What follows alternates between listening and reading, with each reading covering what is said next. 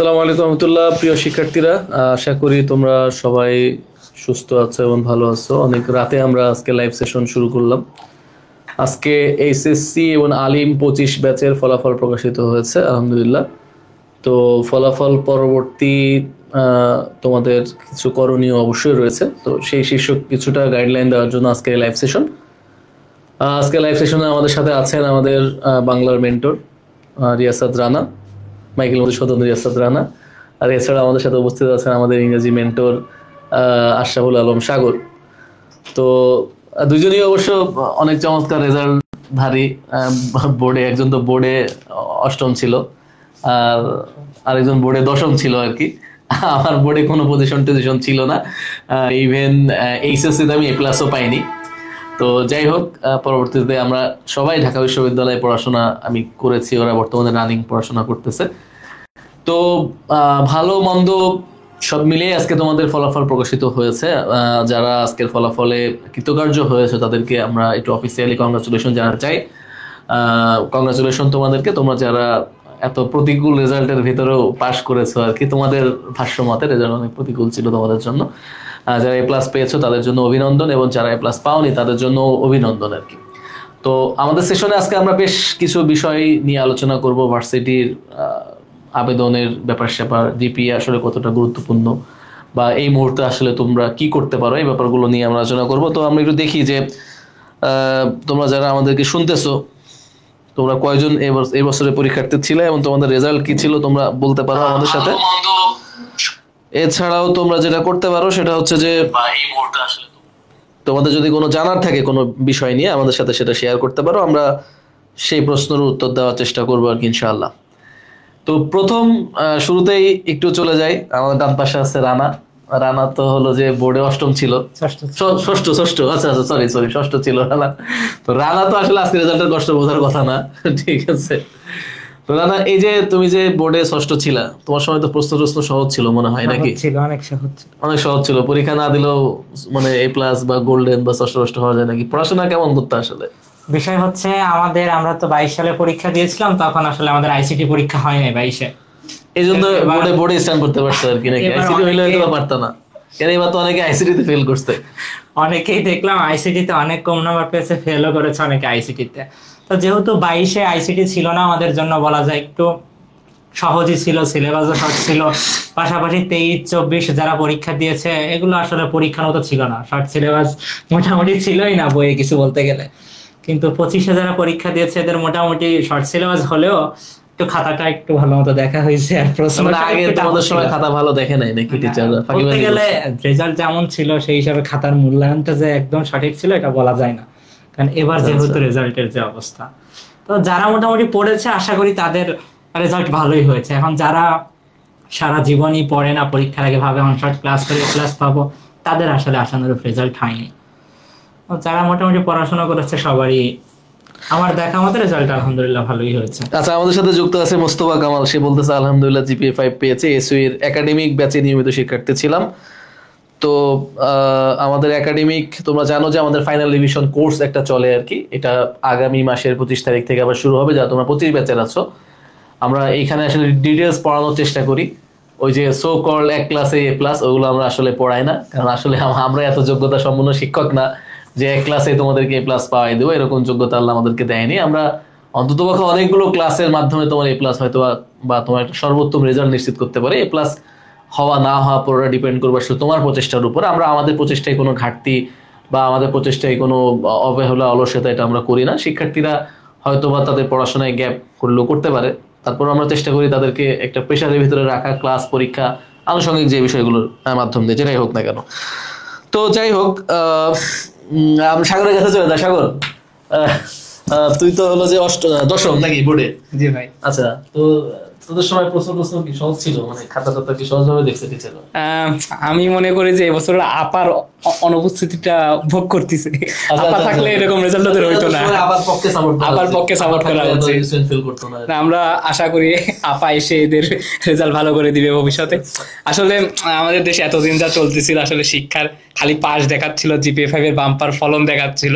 এই জিনিসটা আসলে কমিয়ে দিচ্ছে, এটাকে আমি সবসময় অ্যাপ্রিসিয়েট করি। আর আমাদের সময় তো আমরা তো শর্ট সিলেবাসে পরীক্ষা দিয়েছি, বাট আমাদের সবগুলো সাবজেক্টিভ পরীক্ষা দেওয়া লাগছে।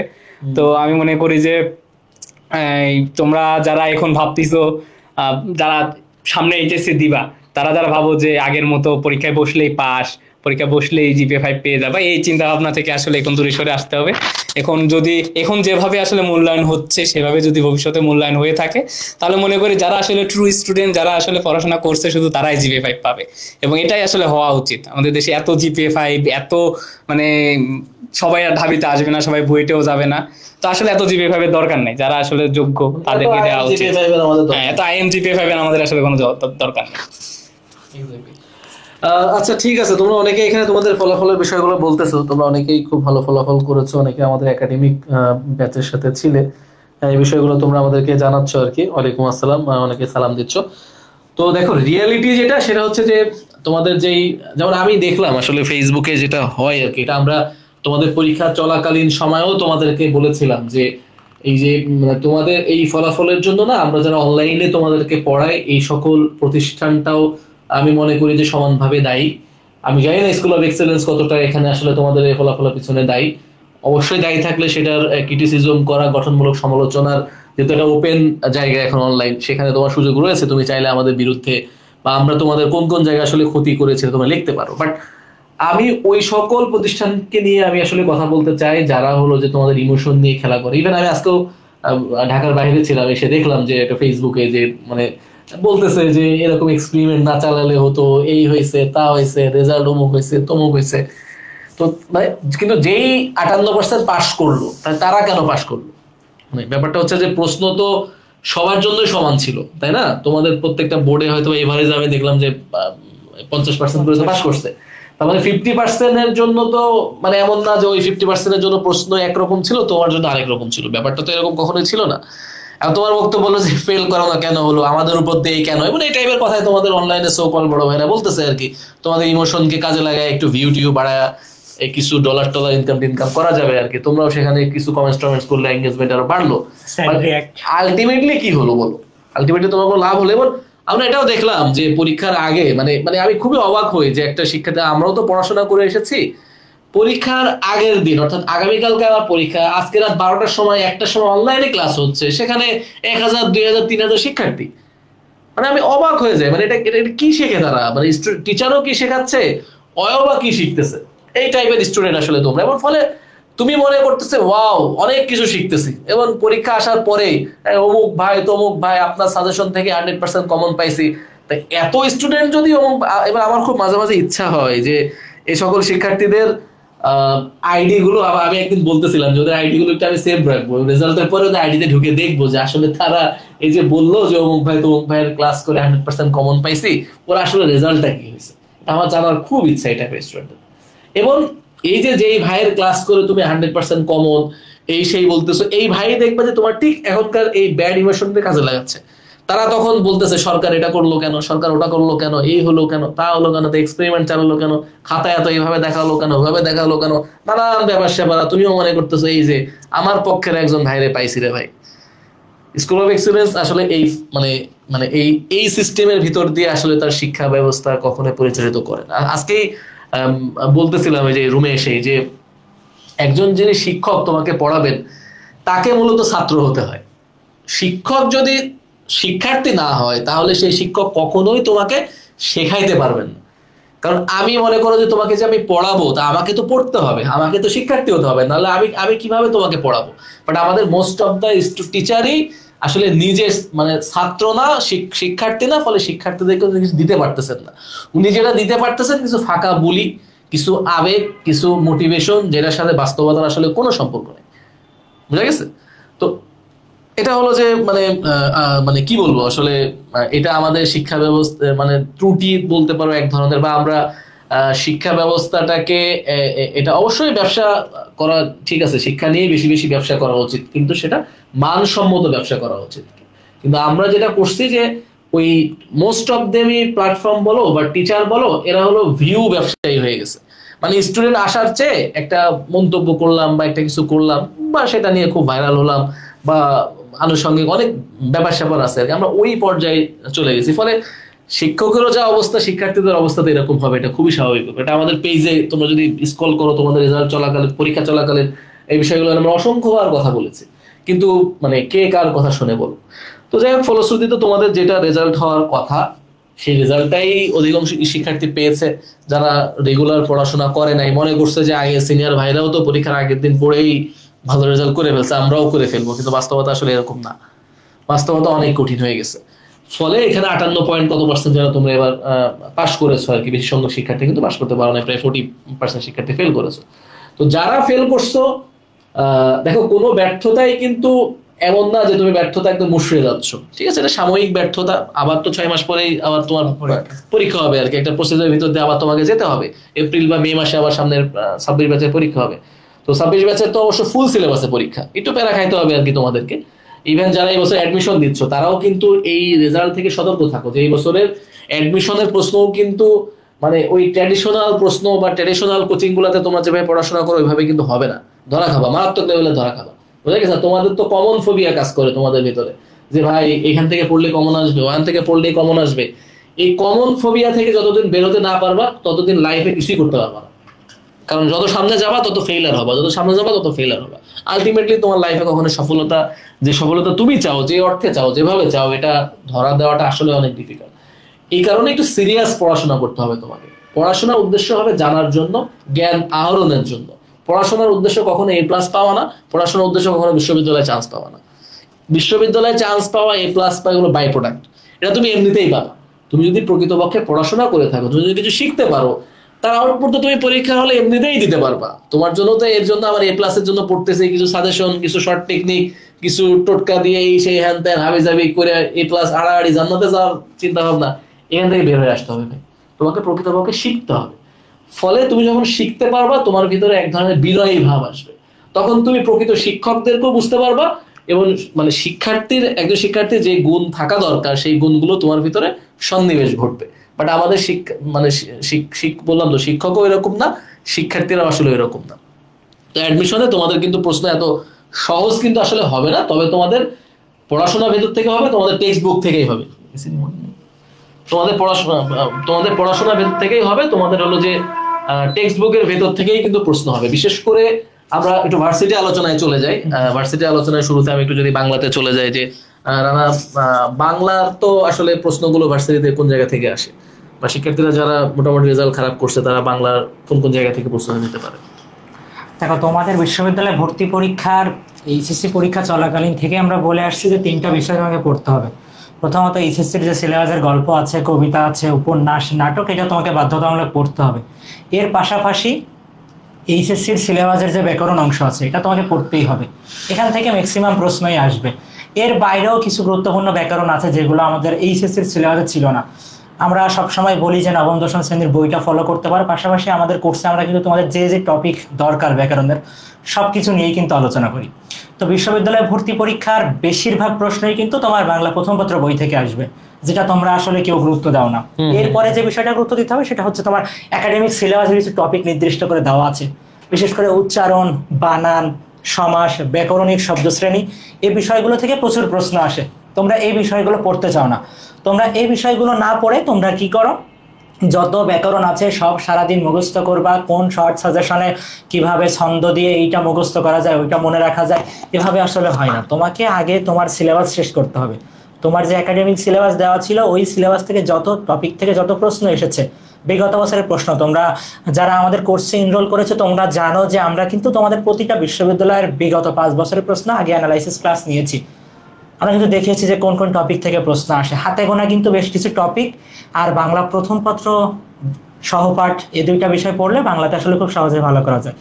আর যে বিষয়টা থাকে ঢাবি রিটেনের ক্ষেত্রে, বাংলা আমাদের অলরেডি কিন্তু রিটেন ক্লাসও শুরু হয়েছে। রিটেন ক্লাসে কিন্তু আমরা দেখিয়েছি যে প্রশ্ন আসলে কোথা থেকে আসতেছে। প্রশ্ন তোমার টেক্সট বইয়ের বাইরে থেকেও আসে না, বা তোমার যে তুমি জানো না এমন কোনো বিষয় আসে না, কিন্তু যে তোমরা ভয় পাও যে রিটেন আসলে কি করব। আর একটা শ্রেণী আছে যাদের কাজই হচ্ছে একটু ভয় ধরিয়ে দেওয়া যে লিখিতে তো এত পার্সেন্ট ফেল, এত পার্সেন্ট ফেল, এইভাবে আসলে তুমি মানসিকভাবে অনেক দুর্বল হয়ে যাও, যার কারণে রিটেনে তুমি খুব ভালো করতে পারো না। তো তোমাদের সর্বোপরি বাংলার ক্ষেত্রে যেটা করতে হবে, প্রথম পত্র যা আছে গল্প, কবিতা, উপন্যাস, নাটক ফুল সিলেবাসই পড়তে হবে। আর প্রথম শেষ করতে হবে তোমার একাডেমিকের যে সিলেবাস ছিল, ব্যাকরণের যে অংশটা, ওটা পাশাপাশি গুরুত্বপূর্ণ আরো বেশ কিছু গ্রামারের কথা আমরা সবসময় বলি। এই বিষয়গুলো যদি দেখো তাহলে খুব সহজে ভালো করা সম্ভব। আচ্ছা, আমরা নেক্সট সাগরের কাছে যাবো ইংরেজি বিষয় নিয়ে জানার জন্য। তার আগে ছোট্ট একটা ইনফরমেশন তোমাদেরকে দিয়ে রাখি, যেহেতু তোমাদের রেজাল্ট প্রকাশিত হয়েছে, তোমরা স্বাভাবিকভাবে জানতে চাও যে ভাইয়া কত পয়েন্টে কোন কোন ভার্সিটিতে চান্স পাওয়া, মানে আবেদন করা যাবে, বা কোনটাতে জিপিএ মার্কস কাউন্ট হবে, এই নিয়ে তোমাদের ভিতরে কনফিউশন আছে। আমি একটু বলে দিই যে, মানে আমি একটা গড় হিসাব বলে দিই যে তোমরা যারা মানবিক থেকে পরীক্ষা দিয়েছো, তোমরা যারা মানবিক বিভাগ থেকে পরীক্ষা দিয়েছো, তোমরা যদি মানবিকের হয়ে থাকো তাহলে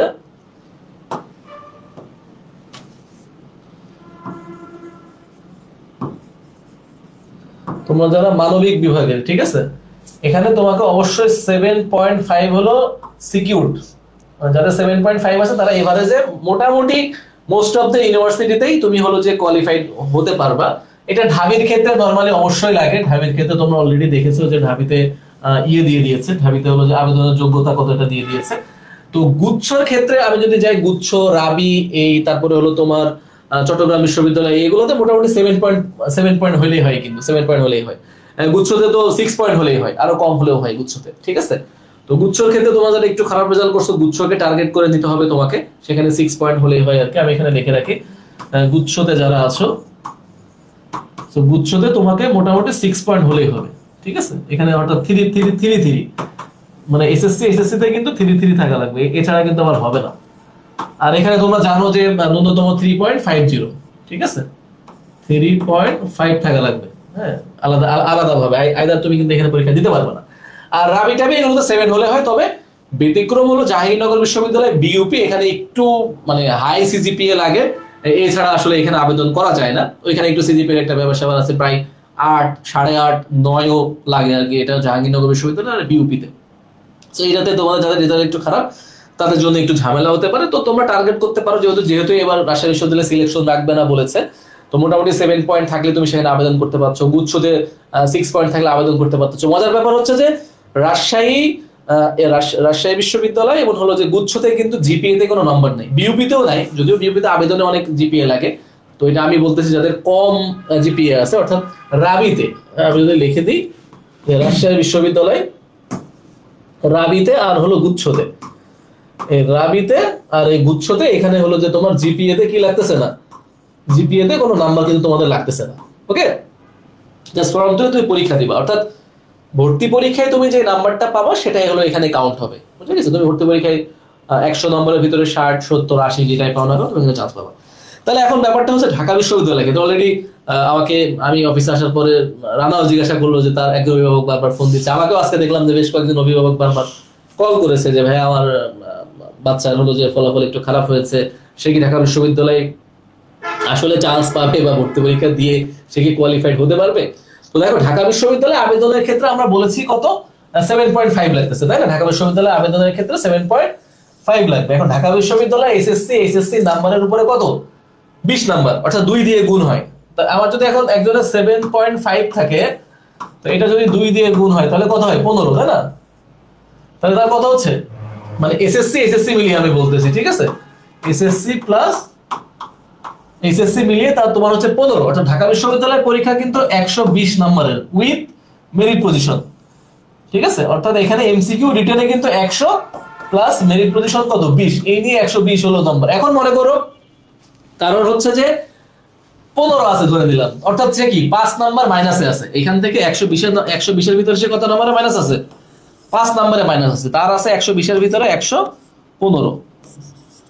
এখন যে ঢাকা বিশ্ববিদ্যালয়ে প্রথম হয়, ফার্স্ট হয়, সে মানে নরমালি মানবিকে 105, 106 একটু ডিফিকাল্ট পাওয়া, মানে যেমন হয় মাঝে মাঝে আমরা গত আমি যদি 7-8 বছর রেজাল্ট অ্যানালাইজ করি, 2-1 105, 6ও পাইছে, কিন্তু এভারেজ মোটামুটি 100-র ভিতরে ফার্স্ট হয়, যে ফার্স্ট হয় সে 120-এর ভিতরে 100 পায়।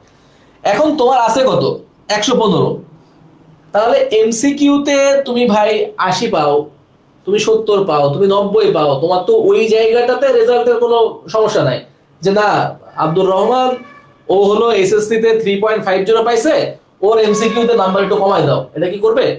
বা ও হলো যে 4 পয়েন্ট পাইছে, ওর রিটেন খাতায় নাম্বার একটু কমাই দাও, দিবে? তাহলে ভর্তি পরীক্ষার রেজাল্টটা আসলে খুব বেশি ভ্যালু অ্যাড করে না। ভ্যালু অ্যাড কোনটা করে? ভ্যালু অ্যাড করে তোমার এই প্রস্তুতিটা কি পরিমাণ হচ্ছে তার উপরে। কিন্তু প্রবলেমটা কোথায়? তোমরা রেজাল্ট খারাপ হওয়ার পর একটা হীনমন্যতায় ভুগতেছো। তাই ঢাকা বিশ্ববিদ্যালয়ে গত বছরও 10% পাস করে নাই বি ইউনিটে। ইভেন সায়েন্সে তো সর্বশেষ আসলেই ফাঁকা থাকলো, মানে 505টা আসলেই ফাঁকা থাকলো, মানে পাইলো না আর কি স্টুডেন্টরা শেষমেশ। এটা গত বছরের ঘটনা, যেই বছর আরো ভালো রেজাল্ট করছে গত তোমাদের 24 ব্যাচে। তাহলে তোমাদের ক্ষেত্রে চিত্রটা তো আরো ভয়াবহ হবে, কারণ তোমরা তো ওয়ান শট করা পাবলিক সব, হ্যাঁ পরীক্ষার আগের দিনই পড়া চান্স পেয়ে যাবে আর কি। এবং কি আর বলবো, তোমাদের তো আসলে তোমাদের জন্য সমবেত না। ইভেন এই বছর তো আমার কাছে মনে হয়েছে মানবিকের আসলে সিট ফাঁকা থাকবে, পাবে না স্টুডেন্ট। কারণ তোমরা যে হীনমন্যতায় ভুগতে ভুগতে ভর্তি পরীক্ষার প্রস্তুতিটা যে ভালো করে নেওয়া উচিত এটাই ভুলে যাবা এই আগামী 2 মাসের ভিতরে। তোমার কাছে মনে হবে যে আমি রেজাল্ট খারাপ করছি, আমার পক্ষে আসলে সম্ভব না। যার ভর্তি পরীক্ষার মানে আবেদনের যোগ্যতা আছে তার পক্ষে ঢাকা বিশ্ববিদ্যালয়ে প্রথম হওয়াও সম্ভব, যদি সে চায়। তার ভিতরে ওই হীনমন্যতা কাটায় সে যদি ভার্সিটির এই যে আর আগামী যে কয়েকদিন সময় আছে এই সময়টাকে কাজে লাগাতে পারে। অতএব রেজাল্টের ব্যাপারটা ভুলে যাইতে হবে খুব দ্রুত। মানে আজকে রাত 12টার পরে রেজাল্টের আলাপ আর নাই, কারণ তুমি এটা আর ব্যাক আনতে পারবে না। ব্যাক আনতে পারবা, তোমাকে এই রেজাল্ট দিয়ে সামনের দিকে অগ্রসর হতে হবে। এখন তুমি যত অতীত নিয়ে চিন্তা করবা তোমার ভবিষ্যৎ ততটাই কি হবে, নষ্ট হবে। এখন অতীতকে তো তুমি আর চেঞ্জ করতে পারবা না, চেঞ্জ করতে পারবো, বাট ভবিষ্যৎকে তুমি চেঞ্জ করার সুযোগ তোমার হাতে রয়েছে। তুমি আগামী 2 মাস পড়াশোনা করো, 14, 15, 16 ঘন্টা করে পড়ো, দেখো না কি হয়। যে ফাঁকিবাজি করে তুমি A+ মিস করছো, তুমি যদি সেই ওয়েতেই আবার পড়াশোনা করো তাহলে তোমার আবার ভার্সিটি মিস হবে। মানে যেই প্রসেস অনুসরণ করে ডিম ভাজি হবে, মানে ডিম ভাজি হবে, সেই প্রসেস অনুসরণ করে ডিম ভাজি দিতে হবে, সেটা করে আর গোশত রান্না তো আর হবে না, হবে নাকি? তাহলে যেই প্রসেসের কারণে তোমার রেজাল্টটা খারাপ হয়েছে এইচএসসি তে, তুমি যদি সেই লাইনেই থাকো রে ভাই, তাহলে আবারও তুমি কিন্তু বিশ্ববিদ্যালয়ে ভর্তি পরীক্ষায় খারাপ করবে। হ্যাঁ, এখানে একটা বিষয় তোমাদেরকে বলে রাখি, সবাইরই যে বিশ্ববিদ্যালয়ে যাইতে হবে বিষয়টা এমন না, সবাই পাবলিক বিশ্ববিদ্যালয়ে পড়ার দরকারও নেই। এটা আমি পার্সোনালি বা আমরাও মনে করি না যে সব। ইভেন রেজাল্ট যেটা হয়েছে, রেজাল্ট আরো কমানো উচিত ছিল, মানে আরো কঠিন ভাবে খাতা দেখা দরকার ছিল। যে পোলাপানের এত এত এত A+ এত রেজাল্ট করবে কি? মানে আমাদের দেশে তো একটা অ্যাকোমোডেশনের জায়গা নাই, কোথায় কারে কি করবে? ইভেন এত A+ পেয়েও বা কি করবে? যত কমই A+ পাক না কেন, এবার মানে ৭৬,০০০ কম A+ পেয়েছে, এরাও তো বিশ্ববিদ্যালয়ে চান্স পাবে না, মানে ফেল করবে বিশ্ববিদ্যালয়ে, মোস্ট অফ দেমই ফেল করবে বিকজ অফ একাডেমিক A+। ওইটা প্রতিযোগিতামূলক পরীক্ষা ছিল না, বাট তুমি বিশ্ববিদ্যালয়ে ভর্তি পরীক্ষাটা প্রতিযোগিতামূলক পরীক্ষার অংশগ্রহণ করতে যাবে। একটা স্নায়ুচাপ বা কি বলে এটা, এক্সাম হলের যে একটা প্রেশার, অনেকগুলো ব্যাপার আছে, অনেক স্টুডেন্ট প্রতিযোগিতা করে যাইতে হবে। এখানে আরো যদি মানে এবার যদি 15 লাখ A+ পাইতো কারোর কোনো আপত্তি ছিল না, সেই সুযোগ তো সবার জন্য ওপেন ছিল। বাট ভার্সিটিতে সিট সংখ্যা লিমিট, তুমি চাইলেও সেখানে আসলে চান্স পাওয়া তোমার পক্ষে সম্ভব না। অর্থাৎ যে 15 ঘন্টা করে পড়তেছে, ও 15 ঘন্টা পড়তেছে, আমিও মনে করো 15 ঘন্টা পড়তেছি, তো আমার সাথে অত ঠেলাঠেলি হবে, কারণ বিশ্ববিদ্যালয়ে তো আমার আরো আসন আছে একটা। তা আমিও 15 ঘন্টা করে পড়তেছি, ও 15 ঘন্টা করে পড়তেছে, সাগরও 15 ঘন্টা করে পড়তেছে, আমরা দুইজন ধোঁয়ায় মনোযোগ দিয়ে পড়তেছি। তাহলে এখানে অনেকগুলো টিপস এন্ড ট্রিক্স আছে, অনেক কৌশল অবলম্বন করতে হয়। এক্সাম হলে সিচুয়েশন আছে, সেটা কিভাবে কভার আপ করতে হয়, প্রস্তুতিতে কত কৌশলী ভূমিকা অবলম্বিত হতে হয়, ভার্সিটি প্রশ্ন অ্যানালাইজ করে একটু শর্টকাট করে সেটা ডিটেইলস পড়তে হয়।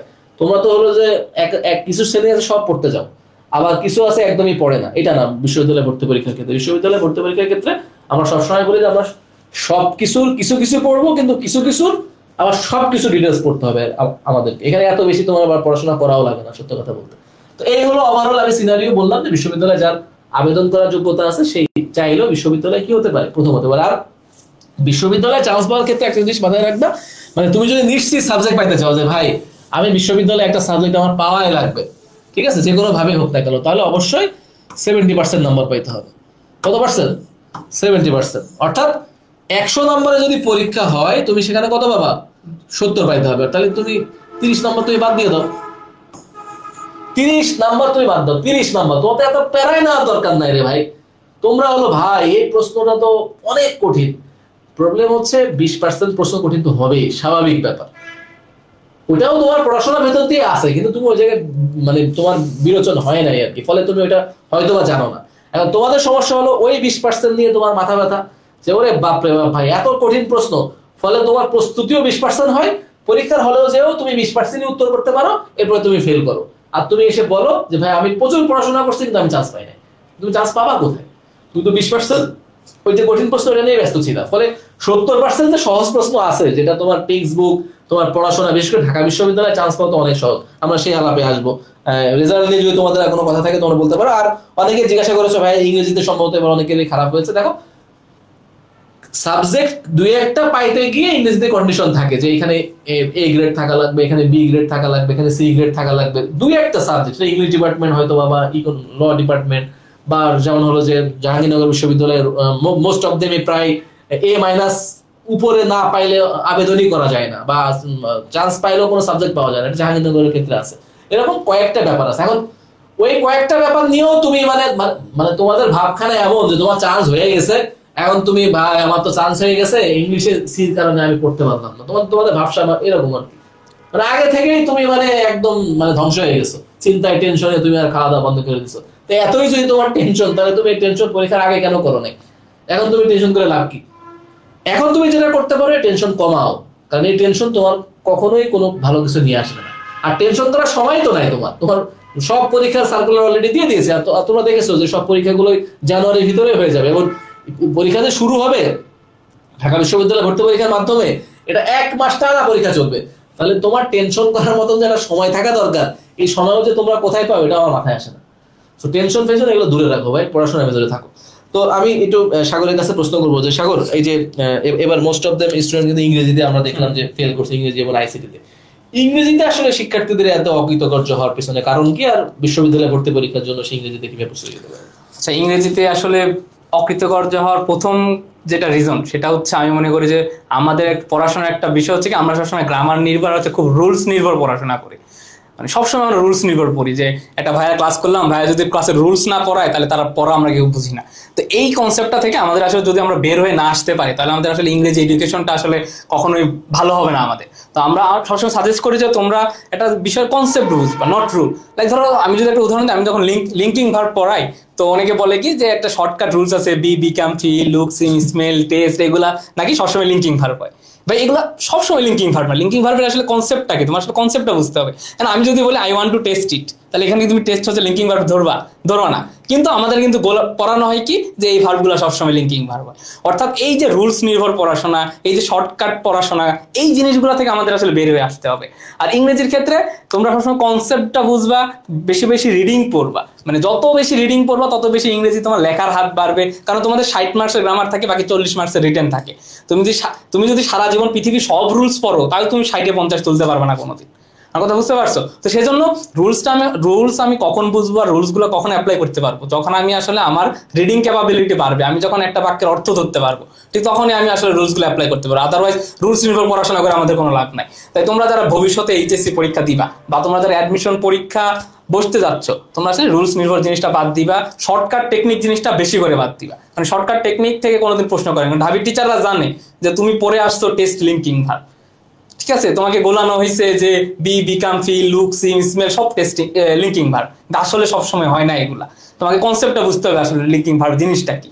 তো এইভাবে কনসেপ্ট বুঝে বুঝে পড়বা। আর আরেকটা কথা, যে রবীন্দ্রনাথ ঠাকুরের মেবি স্বদেশ কবিতার ভিতরে একটা লাইন বলছিল যে যদি আধার নেমে আসে তবে কি আমরা থেমে থাকবো কিনা, এরকম একটা লাইন ছিল মেবি। তো আসলে পরীক্ষার রেজাল্ট খারাপ হতেই পারে, তো তুমি দেখবা আসলে তোমার ভর্তি পরীক্ষায় অংশগ্রহণ করার মতো ন্যূনতম জিপি আছে কিনা। সেটা যদি থাকে তাহলে তুমি আসলে এইচএসসি রেজাল্ট নিয়ে কোনো টেনশন করো না। তুমি দেখবা তোমরা যারা এসএসসিতে গোল্ডেন এ প্লাস পাইছো, তোমার রেজাল্ট মানুষজন 2 মাস শুনছে, তারপর তোমার এইচএসসি রেজাল্টের জন্য অপেক্ষা করছে। তারপর তুমি এইচএসসিতে ধরলাম গোল্ডেন এ প্লাস পাইছো, এই রেজাল্টটা সর্বোচ্চ 1 মাস শুনবে, তারপরে তোমার অ্যাডমিশনের জন্য অপেক্ষা করবে। এবং তুমি অ্যাডমিশনে যদি খারাপ করো, তোমাকে 4 বছর 5 বছর মানে সারা জীবন তোমাকে খোটা দিবে। তাই সারা জীবন খোটা দিবে। তাই এসএসসিতে ধরলাম তোমার খারাপ হয়েছে, তুমি 1 মাস কথা শোনো ভাই, সমস্যা নাই। বাট তোমার ওই যে সারা জীবন যেন কথা না শুনতে হয়, সেটার জন্য তুমি একটু পরিশ্রম করো। আর এই সময়টাতে আসলে টেনশন করে কোনো লাভ নাই, আমাদের সময় নষ্ট হবে, মাথা ব্যথা হবে, ঘুম হবে না। তাই তোমরা চেষ্টা করবা যে নিয়মিত এক্সামের ভিতর থাকা, নিয়মিত পরীক্ষা দেওয়া, আর উল্টাপাল্টা জিনিস কেউ পড়বা না। তোমরা একটু বেশি বেশি এক্সাম দিবা সবসময়, বিশেষ করে এমসিকিউ প্র্যাকটিস করবা। আর তোমাদেরকে সাজেস্ট করবো ভাই, তোমরা রিডিং পড়ো সবসময়।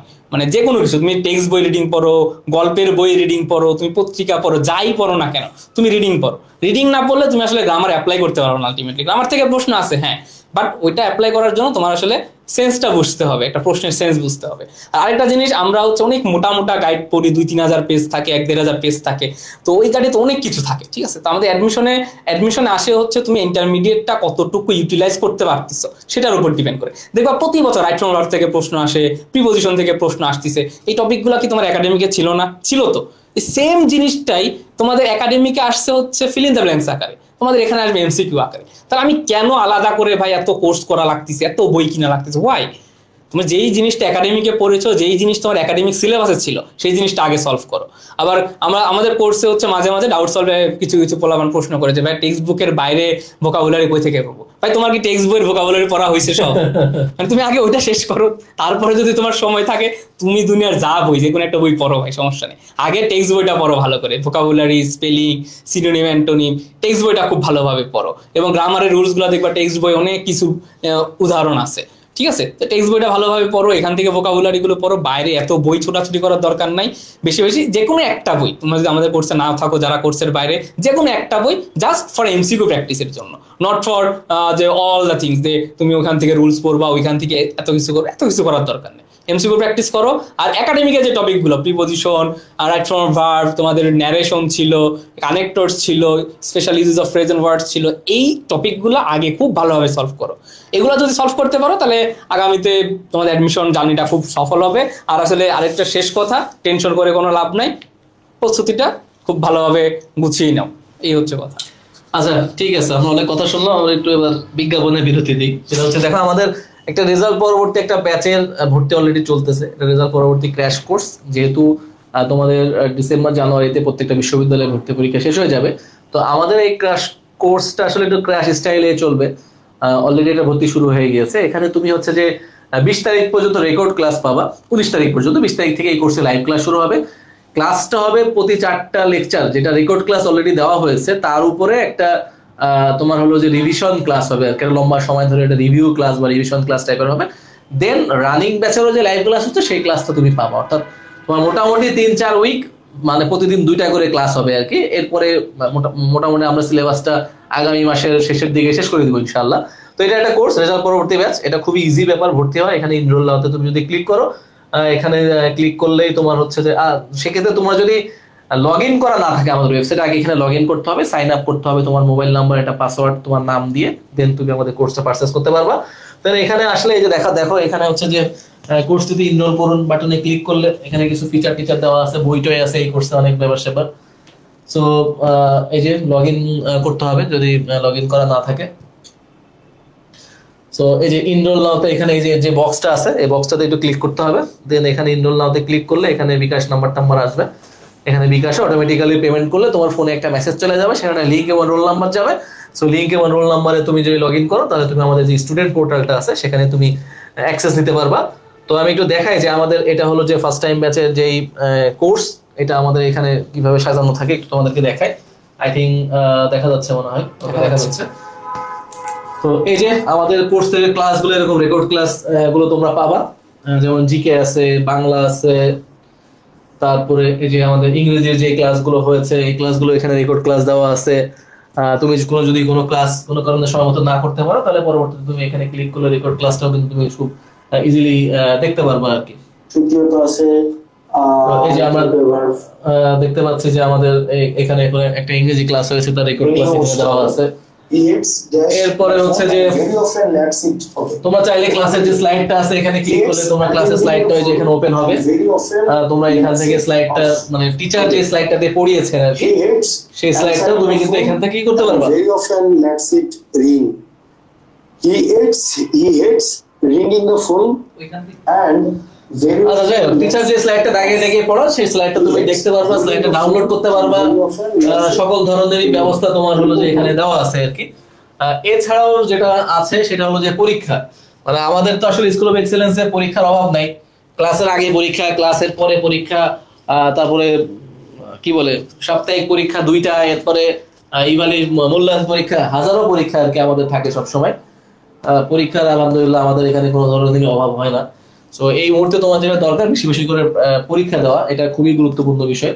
বেশি বেশি করে তোমাকে পরীক্ষা দিতে হবে। দেখো আমি যদি তোমাদেরকে দেখাই, যেমন হলো যে এক্সামে যদি আমি যাই, সো এই যে প্রিভিয়াস এক্সামে যদি যাই, এখানে দেখো যে কতগুলো আসলে পরীক্ষা হয়েছে, এবং আমাদের কিন্তু এই যে পরীক্ষা যেগুলো হয় সেগুলো কিন্তু সলভ ভিডিও দিয়ে দেওয়া হয়। হ্যাঁ, এটা কিন্তু বাংলাদেশের কোনো প্রতিষ্ঠানে দেওয়া হয় না।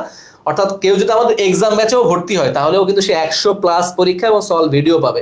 যেমন এখানে উইকলি টেস্ট একটা পরীক্ষা হয়েছে, এখানে কিন্তু 3টা সলভ ক্লাস দেওয়া আছে।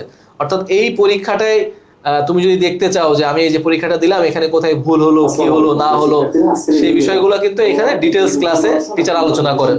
স্লাইডেই ছিল ফলোয়ার একটা এখানে কিন্তু টিচার ডিটেলস আলোচনা করেন যে হলো যে কোথায় ভুল হলো না হলো। তো এখানে তুমি চাইলে প্রিভিয়াস যে পরীক্ষাগুলো হয়েছে এগুলো মানে রিটেক দিতে পারবো। অর্থাৎ কোনো একটা পরীক্ষা সাপোজ তুমি মিস করছো, তো তুমি চাইলে এখানে কিন্তু রিটেক দেওয়ার সুযোগ রয়েছে। ঠিক আছে, পরীক্ষাগুলো রিটেক দেওয়ার সুযোগ রয়েছে। তো অসংখ্য পরীক্ষা এরকম হয়েছে আমাদের অলরেডি। যেমন আমি ধরি যদি এখানে প্রায় 5টা স্লাইড আছে আর কি, বা ইয়ে পরীক্ষা হয়েছে। বা আমি যদি এখানে ইয়েতেও যাই, আমি যদি এখানে লিডার বোর্ডেও যাই, তো লিডার বোর্ডে যদি যাই, লিডার বোর্ডে গেলেই দেখা যাবে যে আসলে কয়টা পরীক্ষা হয়েছে আমাদের। এই লিডার বোর্ডে 1 নম্বরে যিনি আছেন এখনো পর্যন্ত সম্ভবত প্রায় কয়টা পরীক্ষা, 93টা পরীক্ষা হয়েছে আর কি। এখনো পর্যন্ত আমাদের এই 93টা কিন্তু পরীক্ষা হয়েছে আর কি। অলরেডি 93টা পরীক্ষা এরা কিন্তু দিয়ে ফেলছে প্রায় 1.5 মাসের ভিতরে। তো এরকম প্রায় আরো 50-60টা কিন্তু পরীক্ষা হবে, বা আসলে পরীক্ষা অগণিত হবে, কতগুলো হবে তার কোনো নিশ্চয়তা নাই। তো এই হলো ব্যাপার। তো তোমরা চাইলে আমাদের যে রেজাল্ট পরবর্তী কোর্স অলরেডি ভর্তি চলতেছে, তোমরা চাইলে এখানে এনরোল করতে পারো। আমাদের যে কোর্সে যে রেজাল্ট পরবর্তী যে কোর্সটা আছে এটা তোমরা এনরোল করতে পারো। এটা হলো ওভারঅল ব্যাপার। আর একটা যেটা পারো সেটা হলো আমাদের এক্সাম ব্যাচ। আমাদের এক্সাম ব্যাচও তোমরা চাইলে এনরোল করতে পারো। এটা 1500 টাকা ফি। এখানে তো আমি বললাম যে প্রায় 100+, আচ্ছা 160+ পরীক্ষা সলভ ক্লাস পাবা আর কি। এছাড়াও ভার্সিটি ভিত্তিক মডেল টেস্ট পরীক্ষা তো থাকবেই। ওকে, এই হলো আমাদের মোটামুটি বিজ্ঞাপনের ব্যাপার স্যাপার। আমরা একটু রানার কাছে চলে যাই। রানা, বাংলা নিয়ে তো শিক্ষার্থীরা একটু অবহেলা করে, বিশেষ করে বাংলা লিখিত নিয়ে। তারা মনে করে যে বাংলা লিখিত আর কি প্রিপারেশন নিব, এটা তো এমনিতেই হয়ে যাবে আর কি। বাট আমরা বিগত বছরগুলোতে দেখেছি যে বাংলা রিটেনেই কিন্তু ছেলেমেলে একটু ধরা যাচ্ছে, এবং একটু আনসিন পার্ট থেকে বাংলা লিখিত আসতেছে। আসলে এই যে যারা ফেল মানে খারাপ রেজাল্ট করলো, হ্যাঁ, তো তারা আসলে বাংলা লিখিত প্রস্তুতিটা স্পেসিফিক কিভাবে নিলে ওদের জন্য বিশ্ববিদ্যালয়ে আরো ভালো করার সুযোগ রয়েছে? আর লিখিতর গুরুত্ব বা আসলে কতটুকু আছে ঢাকা বিশ্ববিদ্যালয়ের ক্ষেত্রে? ঢাকা বিশ্ববিদ্যালয়ে চান্স পাইতে হলে তোমাকে এমসিকিউতে তো ভালো করতে হবে, পাশাপাশি রিটেনে তোমাকে আলাদাভাবে পাস করা লাগবে। ন্যূনতম 5 নাম্বার তোমাকে বাংলায় পাওয়াই লাগবে। তো আমাদের কোর্সে যারা ভর্তি আছে তোমরা জানো যে আমাদের প্রতিটা ক্লাস হওয়ার পরে ওই টপিকের কিন্তু আলাদাভাবে রিটেন ক্লাস হচ্ছে। অর্থাৎ একটা গল্প পড়ানোর পরে ওই গল্পের তো এমনি ক্লাস থাকবেই, পাশাপাশি ওই গল্পের উপরে রিটেন ক্লাস থাকে। তো আমাদের যে রিটেন ক্লাসগুলো হয়েছে, আমরা কিন্তু রিটেন ক্লাসে দেখানোর চেষ্টা করেছি যে এই অংশ থেকে রিটার্ন আসতে পারে, এমন এমন টাইপের প্রশ্ন আসতে পারে। বিগত বছরগুলোতে যদি আমরা দেখি তাহলে আমাদের সৃজনশীল থেকে প্রশ্ন প্রতিবারই আসছে। তো সৃজনশীল থেকে প্রশ্ন কখনোই আমাদের টেক্সট বইয়ের বাইরে আসে নাই। যদিও গত বছর ছিল আমাদের ফুল সিলেবাস, কিন্তু ওটা আমাদের বইয়ের ভিতরেই ছিল। তো বইয়ের তো যে কোনো একটা অংশ থেকে র্যান্ডমলি প্রশ্ন আসলে আসে না। আমাদের দেখতে হবে পড়ার সময় যে কোন অংশ থেকে আসলে প্রশ্ন করা সম্ভব। এখান থেকে আমি সৃজনশীলে একটা অনুধাবন প্রশ্ন নিতে পারছি কি, ব্যাকরণিক প্রশ্ন নিতে পারবো কিনা, এভাবে দেখে আমাদের পড়তে হবে। তোমরা অনেকেই যে ভুলটা করো, তোমরা লিখিতর জন্য কোনো একটা গাইড বই নিয়ে নাও, অথবা তোমাদের এইচএসসির বই নিয়ে কি করো 10-15টা করে অনুধাবন মুখস্থ করো, কিন্তু তোমরা ওর বাইরে আর কিছু জানো না। রিটেনে যে ব্যাকরণিক প্রশ্ন আসা সম্ভব, এখান থেকে উচ্চারণ ভিত্তিক প্রশ্ন আসা সম্ভব, সমাস থেকে প্রশ্ন আসা সম্ভব, এগুলো তোমরা কখনোই চিন্তা করো না, যার কারণে তোমরা আসলে রিটেনে ভালো করো না। আরেকটা বিষয় হচ্ছে সারাংশ সারমর্ম। এখান থেকে আমাদের প্রশ্ন আসেই পরীক্ষায়। এখন আমাদের যারা ভর্তি আছো পেইড ব্যাচে, তোমরা জানো আমরা কিন্তু নিয়মিত সারাংশ সারমর্ম প্র্যাকটিস শুরু করেছি। তো সারাংশ সারমর্মের বিষয়টা হচ্ছে, তোমরা যে সারাংশ সারমর্ম থাকবে তোমাকে আগে পুরোটা পড়ে বুঝতে শিখতে হবে যে আসলে কি ভাবটা চেয়েছে। এখন তোমরা রিটেনের জন্য যারা প্রস্তুতি নাও, পরীক্ষার 1 সপ্তাহ আগে খুব বেশি রিটেন প্র্যাকটিস করো, কোনো একটা বই থেকে মুখস্থ করে যাও, কিন্তু আলটিমেটলি দেখা যায় পরীক্ষার হলে এত প্রেসারে তুমি মুখস্থ করা জিনিসও তোমার মনে থাকে না, আর তোমার পরীক্ষা আসলে হুবহু কমনও আসবে না। এই জন্য তোমাকে নিয়মিত প্র্যাকটিস করতে হবে। লিখিতের ক্ষেত্রে সারাংশ সারমর্ম তুমি যদি 10টা নিজে নিজে প্র্যাকটিস করো, যে এখানে এভাবে ধরলে আমি বিষয়টা লিখতে পারতাম, তো তুমি প্র্যাকটিস করতে করতে কিন্তু তোমার বিষয়টা খুব সহজ হয়ে যাবে, তুমি রিটেন লিখতে পারবা। এর বাইরে আর খুব একটা কঠিন কোনো রিটেন আসে নাই। একবার এসেছে যে তোমার হচ্ছে পদ প্রকরণ থেকে যে প্রশ্ন এসেছে, বিশেষ্য বিশেষণ করা, সমার্থক শব্দ বিপরীত শব্দ, এই জিনিসগুলো খুবই সহজ। তো তোমরা যারা রিটেন প্রস্তুতি নিচ্ছ, আমাদের ব্যাচে যারা ভর্তি হন, তাদের কাছে একটা পরামর্শ থাকবে, রিটেন প্রস্তুতির ক্ষেত্রে তোমাকে আগে বিগত বছরের প্রশ্নগুলো দেখো। প্রশ্নের ক্ষেত্রে তোমার উদ্দীপক দেওয়া থাকবে। তাহলে কোনো একটা গল্প পড়তে গেলে তুমি দেখো যে গল্পের কোন অংশ থেকে আসলে উদ্দীপক আসা সম্ভব। শুধু একদমলি একটা বই নিয়ে তুমি অনুধাবন প্রশ্ন পড়লা, এভাবে আসলে তুমি রিটেনে ভালো করতে পারবে না। কারণ রিটেনে দেখা যাচ্ছে তুমি একটা অনুধাবন পড়ছো, কিন্তু ওই অনুধাবন যেখান থেকে পড়ছো সেখানে যে লাইনগুলো আছে ওগুলো থেকে আসলে প্রশ্ন আসতে পারে না। সেজন্য তোমাকে প্রত্যেকটা গল্পের এক একটা অংশ আছে, যে অংশগুলো গুরুত্বপূর্ণ ওইগুলো পড়তে হবে, আর নিয়মিত সারাংশ সারমূলক প্র্যাকটিস করবা। এই জন্য বিগত বছরের যে বোর্ড প্রশ্নগুলো এসেছে, বিশেষ করে 2001 থেকে শুরু করে, তখন খুব স্ট্যান্ডার্ড সারাংশ সারমূলক ছিল, ওগুলো তোমার প্র্যাকটিস করতে পারো। এর বাইরে রিটেনে আর খুব বেশি কিছু নাই। আর সবচেয়ে সহজ যে বিষয়, সৃজনশীল ক্লাস 6 থেকে লিখতেছে, এখানে আসলে তোমরা অযথা ভয় পাওয়ার কিছু নাই। এমন কিছু নাই যে তুমি এমন কোনো শব্দ ব্যবহার করবা যে একদম দুনিয়া উল্টায় ফেলবা। এখানে স্যারও জানে যে তুমি কঠিন কিছু লিখতে পারবে না, কিন্তু তোমরা যদি একটু মেন্টালি প্রিপেয়ার্ড থাকো যে তোমাকে লিখিত লিখতে হবে, সহজ ভাষায় লিখে রাখবা, খুব ভালো করবা। অযথা ভয় পাওয়ার কিছু নাই। আর যাদের রেজাল্ট খারাপ হয়েছে, আসলে এটা নিয়ে এত চিন্তা ভাবনা করে কোনো লাভ নাই। যা হওয়ার তা তো হয়ে গেছে, এখন পরবর্তীটার জন্য ভালো হয় আমরা সেই চেষ্টা করি। ওকে, আচ্ছা সাগর, আমরা একটু ইংলিশের বিষয়ে যাই। ইংরেজির ক্ষেত্রে আমরা দেখেছি যে প্যারাগ্রাফ আসে, এবং শিক্ষার্থীরা প্যারাগ্রাফ মুখস্থ করার একটা প্রবণতা আছে। তারা মনে করে যে এরকম 10টা-20টা প্যারাগ্রাফ মুখস্থ করে ফেললাম, দেন ওখান থেকে তো একটা না একটা কমন আসবে, বা না আসলে ওই প্যাটার্ন ওই টাইপের একটা কিছু একটা লিখে ফেলবো আর কি। তাহলে ইংরেজি লিখিতর ক্ষেত্রে আসলে তারা মানে স্পেসিফিক কোথা থেকে কিভাবে প্রস্তুতি নিলে তাদের জন্য সব থেকে ভালো হবে? ইংরেজির ক্ষেত্রে আসলে আমাদের প্রথমত বলবো, কোনো বইয়ের পেছনে ছুটবা না। তোমাদের বই যদি সাজেস্ট করতে বলো, তাহলে একটাই বই সাজেস্ট করো, সেটা হচ্ছে তোমার টেক্সট বুক।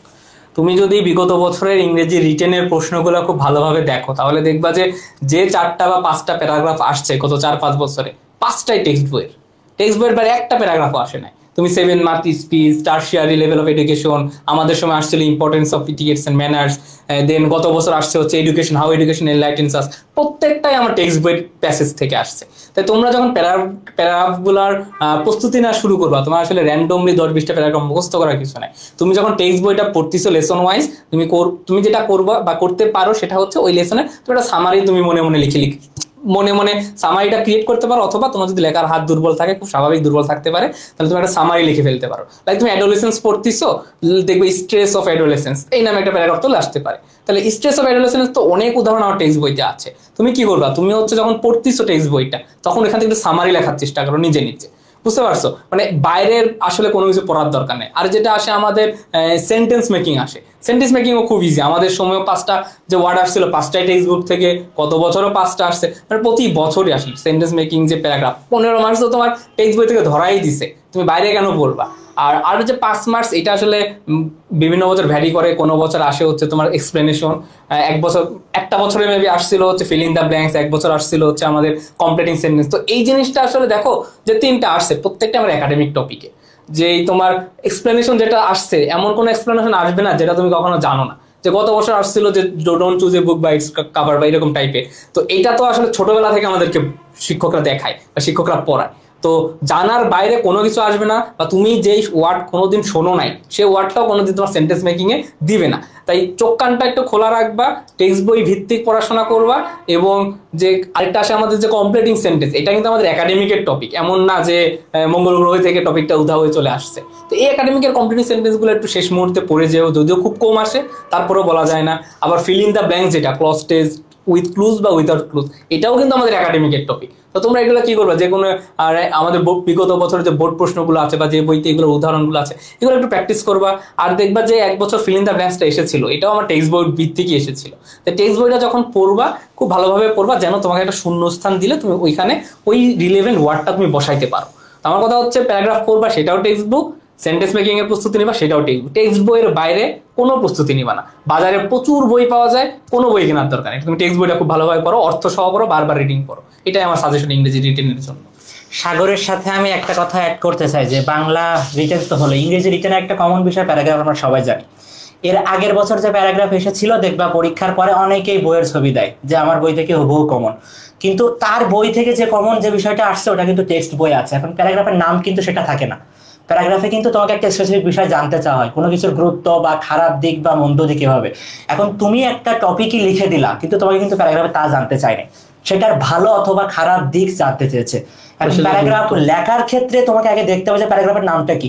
সবাই এসে হুবহু তুলে দিবে যে হ্যাঁ এডুকেশন তো আমার এখানে আছে, কিন্তু সেটা কিন্তু চাই না। এডুকেশন কি এমন প্যারাগ্রাফ আসে না, Impact তোমাকে এর প্রভাবটাকে সেটা চাইছে। এখন তুমি যদি ওই এডুকেশনের সংজ্ঞা লিখে দিয়ে আসলা, তোমার স্যারও তোমাকে বুঝাইলো আমার বই থেকে তো হুবহু কমন। এই ভণ্ডামি যারা করে তোমরাও বোঝো না, পরীক্ষায় ওই লিখে দিয়ে এসে আবার তোমরাই কান্নাকাটি করো যে আমি কি লিখলাম, আমাকে কেন ফেল দিল।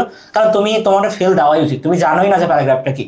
তোমরা প্যারাগ্রাফের যদি প্রথম লাইনটাই ঠিকভাবে না লিখতে পারো তো তোমাদের তো আসলে পাস করাই উচিত না। আর তোমাদের হিউজ টিচার আছে, বিশেষ করে গতবার খুব পপুলার কিছু টিচার দেখছি যে ভণ্ডামিটা করছে, তারা এডুকেশনের বিষয়টা তুলে ধরছে। এটা সবার বই আছে, এটা টেক্সট বইয়ের বিষয়, সবার বই আছে, কিন্তু প্যারাগ্রাফে একবার বলে নাই যে শুধু এডুকেশন লিখো, এটা কোথাও বলা হয়নি। প্যারাগ্রাফের নামটা ভালো করে পড়বা, না হলে দেখবা যে ওই যে ফেল করবা আর একটু কান্নাকাটি, এতটুকুই আর কি। আচ্ছা, এটা রানা খুবই গুরুত্বপূর্ণ মনে হচ্ছে। যেহেতু সাধারণ জ্ঞানের শিক্ষক আমাদের সাথে নাই, সাধারণ জ্ঞানের ক্ষেত্রে একটু ছোট করে বলে রাখি, সাধারণ জ্ঞানটা আসলে একটা জেনারেল নলেজ, খুবই সহজ জিনিস। এটা খুব কঠিন কোনো বিষয় না। তোমার দৈনন্দিন চলতে ফিরতে উঠতে বসতে যে ব্যাপারগুলো তুমি জানো সেগুলোই সাধারণ জ্ঞান। এছাড়াও যারা তোমরা ইতিহাস, ইসলামের ইতিহাস এই বিষয়গুলো পড়ে এসেছো বা পৌরনীতি, অর্থনীতি, সেই জায়গাতে একটা কম্বাইন্ড ব্যাপার হলো সাধারণ জ্ঞান। আর এর বাইরে আসবে তোমার সাম্প্রতিক সাধারণ জ্ঞান, যেটা নিয়মিত লাইভ ক্লাস আমাদের পেজে হচ্ছে, সেই বিষয়গুলো তোমরা দেখতে পারো। ইতিমধ্যে একটা ক্লাস আমাদের ইউটিউবে আপলোড দেওয়া হয়েছে, আমাদের পেজেও আছে। এটা করবা, এই লাইভ ক্লাসগুলো করলে সাধারণ জ্ঞানের যে 10, 12, 15টা আসে, আশা করতেছি যে শতভাগ না আসলেও উল্লেখযোগ্য সংখ্যক তুমি সেখান থেকে অবশ্যই উত্তর করতে পারবা। এবং হচ্ছে যে দুই একটা আনকমন থাকলেও সেটা তুমি মানে মোটামুটি আলোচনায় দেখবা যে চলে আসছে যে না এটা আমি কোথাও না কোথাও পড়ছি।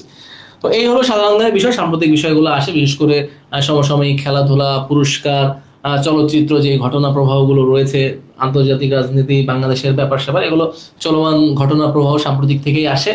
এবং তোমরা অনেকে দেশ, রাজধানী, মুদ্রা বা এই ব্যাপার স্যাপারগুলো যেটা প্যারা খাইতে হয়, সমসাময়িক যেই দেশগুলো আলোচিত সেই দেশ সম্পর্কে বিস্তারিত জানার চেষ্টা করবো। যেমন সমসাময়িক পাকিস্তান, সমসাময়িক ইউএসএ, সমসাময়িক হলো যে আমরা দেখলাম যে ফিলিস্তিন, আফগানিস্তান, তারপরে হচ্ছে যে মাদাগাস্কার, হ্যাঁ মাদাগাস্কারে যে হলো নেপাল, এই ব্যাপারগুলো সম্পর্কে তোমরা একটু মানে ডিটেলসে জানার চেষ্টা করবে। মানে সমসাময়িক যতগুলো ঘটনা আছে এই দেশ সম্পর্কে তো ডিটেলস জানবা। এই দেশের কারা রাষ্ট্র ক্ষমতায় আছে, প্রেসিডেন্টের নাম কি, পররাষ্ট্রমন্ত্রীর নাম কি, কি মুদ্রায় এই দেশগুলোর, সেখানকার বন্দর টন্দর, পত্র পত্রিকা যা আছে ওই দেশ সম্পর্কে, এই 7-8টা দেশ সম্পর্কে তো বিস্তারিত জানবো। বাকি এত দেশ সম্পর্কে তোমার জানা দরকার নেই। এখান থেকেই তোমার হলো সাধারণ জ্ঞানের প্রশ্নগুলো আসবে। এছাড়াও কিছু ব্যাপার রয়েছে, যেমন বাংলাদেশের বিষয়গুলির ভিতরে উপজাতি থেকে প্রশ্ন আসেই প্রত্যেক বছর, উপজাতি সম্পর্কে জানার চেষ্টা করো। আন্তর্জাতিক বিষয়গুলি থেকে, জাতিসংঘ থেকে প্রশ্ন আসেই, জাতিসংঘ নিয়ে তুমি একটু ভালো করে পড়াশোনা করো। নারীদের বিষয়গুলো নিয়ে ঢাকা বিশ্ববিদ্যালয়ের প্রশ্ন আসে, সেটা নিয়ে একটু তুমি চিন্তা করো। তো এরকম কয়েকটা কমন টপিক আছে যেটা সাধারণ জ্ঞানে আসে সবসময়। সব পড়ার দরকার নেই, তোমরা মনে করো সাধারণ জ্ঞানে মানে বিশাল সিলেবাস, না, ব্যাপারটা এরকম না। সাধারণ জ্ঞানে স্পেসিফিক সিলেবাস রয়েছে এবং সেই স্পেসিফিক প্রস্তুতি নিলে তোমার জন্য আসলে একদম 30-এ 30 পাওয়ারই সুযোগ রয়েছে সাধারণ জ্ঞান বিশ্ববিদ্যালয়ে ভর্তি পরীক্ষার ক্ষেত্রে। তো এত বেশি প্যানিক হওয়ার কিছু নাই। সাম্প্রতিকের ক্ষেত্রে তোমরা বাজারে অনেক বই সংগ্রহ করো, যেই এখন সাম্প্রতিকে আসবে 10টা বা 12টা প্রশ্ন। এখন তার জন্য তো তোমার ভাই 1000 পৃষ্ঠার বই বা 500 পৃষ্ঠার বই, এত ইনফরমেশন মাথার ভিতরে আনা দরকার নাই। খুবই সহজ ব্যাপার, একটু পত্রপত্রিকা পড়ো, নিয়ম দৈনন্দিন কারেন্ট অ্যাফেয়ার্স পড়তে পারো, বা এছাড়াও যমুনা টেলিভিশনে একটা ইন্টারন্যাশনাল নিউজ হয় সন্ধ্যা 7টা বা এই সময়, ওটা দেখতে পারো। দেখবো যে ওইখানে আজকের দিনে যতগুলো আন্তর্জাতিক ঘটনা ঘটছে সেই জাস্ট ওগুলো দেখো। এখানে মুখস্থ করার আসলে কোনো বিষয় না। মুখস্থ করতে তুমি কত ইনফরমেশন মুখস্থ করবা বলো, ভর্তি পরীক্ষায় তুমি গোলাই ফেলবা, ঠিক আছে? তো ওভারঅল ব্যাপারগুলো আসলে খুবই সহজ, যে তুমি সেটা সহজভাবে পড়তে পারো, সহজভাবে তুমি প্রস্তুতি নিতে পারো। তো আমরা একদমই আজকে সেশনের শেষের দিকে চলে আসছি। শেষের দিকে 2-একটা কথা বলে আমরা শেষ করবো। 1 নম্বর হচ্ছে, দেখো তোমার জন্য কোনটা কল্যাণকর বা কোনটা অকল্যাণ, এটা একমাত্র আল্লাহ রাব্বুল আলামিন জানেন। তোমার কাছে যেটা কল্যাণকর মনে হচ্ছে সেটা হয়তো বা আল্লাহর কাছে তোমার জন্য অকল্যাণ মনে হচ্ছে, বা যেটা তোমার জন্য কল্যাণ মানে অকল্যাণ মনে হচ্ছে সেটা হয়তো বা আল্লাহ রাব্বুল আলামিন তোমার জন্য অবশ্যই কল্যাণকর হিসেবে লিখে রেখেছে। তো এই যে মানে রেজাল্ট কি হলো না হলো এই বিষয়গুলো নিয়ে তোমার একদমই ভাবার দরকার নেই। ব্যাপারগুলো আল্লাহর উপরে ছেড়ে দিতে হবে। আল্লাহ রাব্বুল আলামিন যদি আমার এখানে কল্যাণ লিখে রাখেন, এটাই আমার জন্য কল্যাণ। কারণ দেখো, তুমি বর্তমান প্রেজেন্ট সিচুয়েশনে যেখানে আসো সেইটা তোমার জন্য কল্যাণকর, তোমার প্রচেষ্টা অনুযায়ী, তোমার পারিপার্শ্বিক অবস্থা অনুযায়ী তোমার জন্য কল্যাণকর। সাপোজ মনে করো আমরা যে 3জন এখন এখানে দাঁড়ায় আছি, হয়তোবা আমি একটা কথা বলতেছি, হয়তো একটু সামনে গেলে আমাদের উপরে লাইট ভেঙে পড়তে পারে আমাদের মাথায়। তো এই প্রেজেন্ট সিচুয়েশনে এটা আমাদের জন্য কল্যাণকর, এই বিশ্বাসটুকু আল্লাহ রাব্বুল আলামিনের উপর তোমাদের কিন্তু রাখতে হবে। বুঝা গেছে?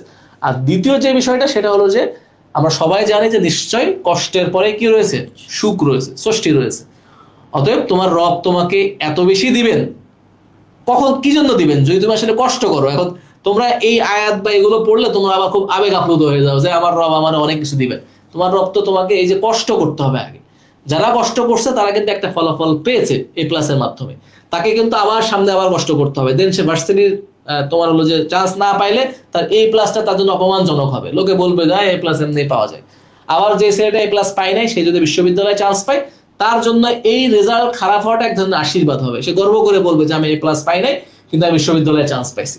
বুঝা গেছে? অতএব নিশ্চয়ই কষ্টের সাথে সৃষ্টি রয়েছে, এবং আল্লাহ রাব্বুল আলামিন তোমাকে এত বেশি দিবেন এই কষ্ট যদি তুমি করো, তাহলে তুমি দেখবা যে মানে প্রত্যাশা প্রাপ্তিকেও ছাড়াই যাবে, সরি প্রাপ্তি প্রত্যাশাকেও ছাড়াই যাবে, আল্লাহ বলে এত বেশি তোমাদেরকে দিবে। অতএব প্রতিটি সফলতার পরে তোমাকে আবার নতুন করে সফলতার যাত্রা শুরু করতে হবে, কারণ তুমি একটা সফল হয়েছে আবার তোমার ভার্সিটি ভর্তি পরীক্ষা আছে, আর প্রতিটি ব্যর্থতার পরে আবার তোমাকে কি করতে হবে, নতুন করে সফলতার যাত্রা শুরু করতে হবে, যে আমি তো ব্যর্থ হয়েছি সাময়িক, এ প্লাস পাই নাই, তাহলে আমাকে আবার নতুন করে ভার্সিটি ভর্তি পরীক্ষা আমার যোগ্যতাকে প্রমাণ করতে হবে। সেই সুযোগ সেই সময় আমার কাছে রয়েছে, আল্লাহ রাব্বুল আলামিন সেই মেসেজও আমাকে দিয়েছেন যে তুমি এইভাবে পড়লে তোমার পক্ষে কিন্তু আসলে ভালো করা সম্ভব না, তুমি সতর্ক হও, তোমার একটা সতর্ক বার্তা দিয়েছেন, এবং যারা ভালো করেছো তাদেরকে সুযোগ দিয়েছেন, তোমরা অহংকারী না হয়ে পরবর্তী ফলাফল বিশ্ববিদ্যালয়ে যে ভর্তি পরীক্ষা আছে সেখানে তোমরা আবার নতুন করে শুরু করো। আর স্কুল অফ এক্সিলেন্সের সাথে যদি তোমরা থাকতে চাও, অবশ্যই আমাদের যে কোর্সগুলো রয়েছে, আমাদের রেজাল্ট পরবর্তী ব্যাচ, আমাদের এক্সাম ব্যাচ বা আমাদের ফার্স্ট টাইম সেকেন্ড টাইম, এই কোর্সগুলো তোমরা এনজয় করতে পারো। আমরা সবাই মিলে একসাথে আমাদের যে বিশ্ববিদ্যালয়ের যার যার স্বপ্ন রয়েছে প্রতিষ্ঠা অনুযায়ী আমরা সেখানে অবশ্যই আমাদের সে গন্তব্যে পৌঁছায় যাব। তো তোমাদের জন্য দোয়া এবং শুভকামনা থাকলো। আশা করি তোমরা তোমাদের এই অতীতের যে রেজাল্ট অলরেডি হয়ে গেছে এটা নিয়ে কোনো ধরনের দুশ্চিন্তা না করে অলওয়েজ লুক ফরওয়ার্ড, সামনের দিকে তোমাকে এগিয়ে যেতে হবে, কারণ মুমিন সবসময় সামনের দিকে আগাবে। মুমিনের কোনো হতাশা কাজ করার কথা না, কোনো হীনমন্যতা তার ভেতরে কাজ করার কথা না, সে সবসময় সামনের দিকে অগ্রসর হবে। আমরাও চাই যে আমরা সবাই সামনের দিকে অগ্রসর হই। তোমাদের জন্য আবারও দোয়া এবং শুভকামনা জানাই আজকের সেশন এখানে শেষ করছি। আসসালামু আলাইকুম ওয়া রাহমাতুল্লাহি ওয়া বারাকাতুহু। করে দেবো ভাই।